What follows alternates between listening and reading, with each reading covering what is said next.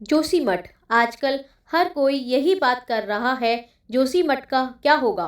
क्या आपको पता है जोशीमठ बना कैसे? क्यों जोशीमठ को स्वर्ग का द्वार कहा जाता है? जोशीमठ का ऐतिहासिक और पौराणिक महत्व क्या है? अगर जोशीमठ के पहाड़ दरक जाते हैं तो बद्रीनाथ धाम का क्या होगा? और सबसे अहम सवाल, जोशीमठ की इस हालत का जिम्मेदार कौन है? इस वीडियो में जोशीमठ से जुड़े हर सवाल का जवाब देने की कोशिश होगी। तो सुनाते हैं आपको आज जोशीमठ के बनने से लेकर उजड़ने तक की पूरी कहानी। हिमालय की गोद में बसे उत्तराखंड के चमोली जिले में 6150 फीट की ऊंचाई पर स्थित है जोशीमठ। इस स्थान को ज्योतिर्मठ भी कहा जाता था। ज्योतिर्मठ जोशीमठ बनने की यात्रा काफी लंबी रही है। जोशीमठ सिर्फ एक जगह ही नहीं बल्कि हमारे सनातन धर्म से जुड़ा एक प्रतीक है।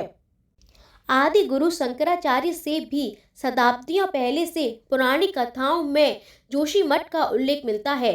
कहा जाता है जब भगवान विष्णु ने नरसिंह अवतार लिया था और हिरण्यकश्यपु का वध किया था तो उनका गुस्सा शांत नहीं हो रहा था।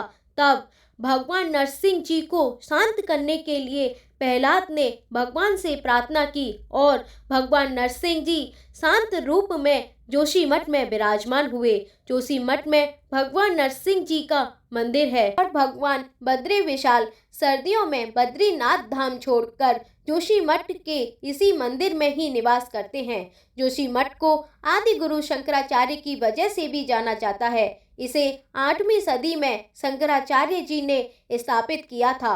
उन्होंने यहाँ शहतूत के वृक्ष के नीचे बैठकर तप किया था और यहीं उन्हें ज्ञान की प्राप्ति हुई थी।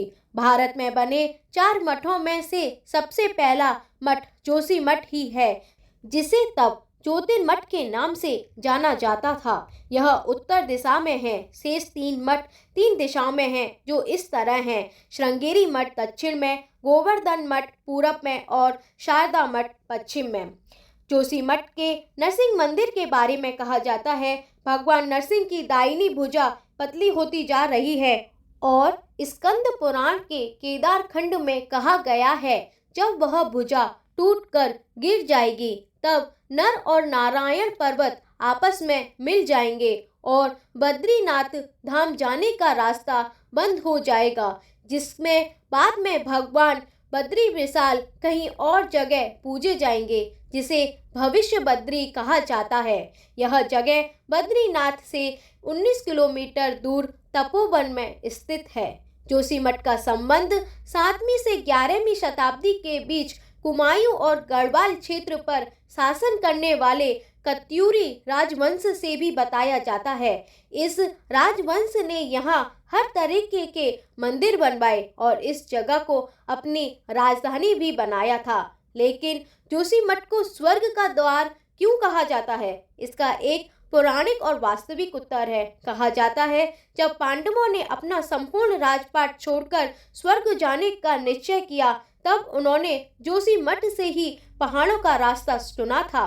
बद्रीनाथ को पार करके माना गांव के पास एक शिखर पड़ता है जिसे स्वर्ग रोहिणी कहा जाता है।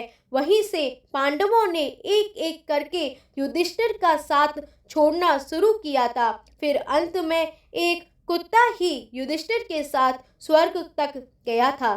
इसी पौराणिक और प्रचलित कथा के चलते जोशीमठ को स्वर्ग का द्वार भी कहा जाता है। तो ये था जोशीमठ का इतिहास। अब हम बात करेंगे इस वीडियो के आखिरी और सबसे अहम सवाल पर, आखिर जोशीमठ की इस हालत का जिम्मेदार कौन है? क्या जोशीमठ को बचाया जा सकता है?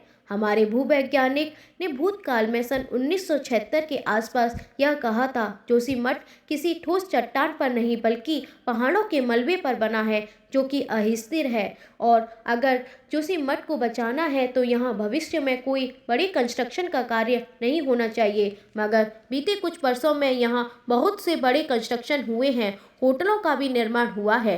भूवैज्ञानिकों के अनुसार जोशीमठ को इस हालत के पीछे Tapovan, Vishnughat hydro power project और चार धाम परियोजना में हो रही कंस्ट्रक्शन की सबसे अहम भूमिका है। इस हालत के जिम्मेदार सिर्फ ये बड़े कंस्ट्रक्शन ही नहीं है, बल्कि हम लोग भी हैं। इसकी ओर आम लोगों को भी ध्यान देने की ज़रूरत है। शहरीकरण और पर्यटन की वजह से यहाँ इमारतों का बोझ बढ़ता जा रहा है, जिसका परिणाम आज हम देख ही रहे हैं। चार धाम परियोजना के विरोध में तो सुप्रीम कोर्ट में भी अपील की गई थी, लेकिन सुप्रीम कोर्ट का फैसला भी सरकार के हक में ही आया। लेकिन अब परिणाम भी हमारे सामने आ रहे हैं। दोस्तों, यह जीवन धरोहर प्राकृतिक संपदा हमारी ही है और इसको बचाने की भी जिम्मेदारी हमारी है। आपको हमारी यह वीडियो पसंद आई हो तो हमारी इस वीडियो को लाइक शेयर जरूर करना, और अगर आप हमारे चैनल पर नए हैं तो चैनल को सब्सक्राइब करना ना भूलें।